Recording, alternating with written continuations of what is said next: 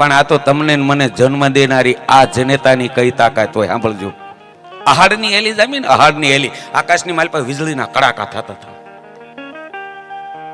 એટલું નહીં પણ આકાશની માલપા ભગવાન કૃષ્ણ સહી ગેડી દેડે રમતા હોય એવો અવાજ મળ્યો આવા, અને 3-4 વર્ષનું બાળક પોતાના આંગણાની માલપા ફળિયાની માલપા રમતું હતું. એ વીજળીનો કડાકો થયો, બાળક બી ગયું, ડરી ગયું. એટલું નહીં પણ ધુજારી છૂટી ગઈ, હડી કાઢી, અને માં છે એ હુપડાની માલપા બાજરો લઈ અને દવણું કરતી હતી.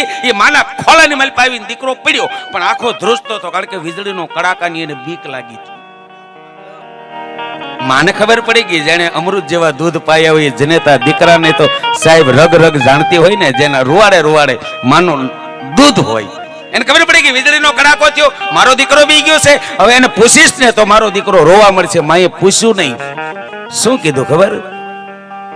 દીકરા હામો જોઈને માએ દીકરા હામો જોઈને, દીકરાએ માં હામો જોઈને, માએ ધીમે એકદમ 5 મીટરનું ઓઢણું ઓઢ્યું, એનો એક શેડો કાઢી અને દીકરો ખોળામાં પડ્યો તો એની માથે આમ ઢાંકી દીધો, પોતાના હાડલાનો શેડો ઢાંકી દીધો. અને વીજળીનો કડાકો થયો ને એટલે માના ખોળાની માલપા માની સુંદડી ઓઢી, પાલવનો છેડો ઓઢીને દીકરો હૂતો હતો.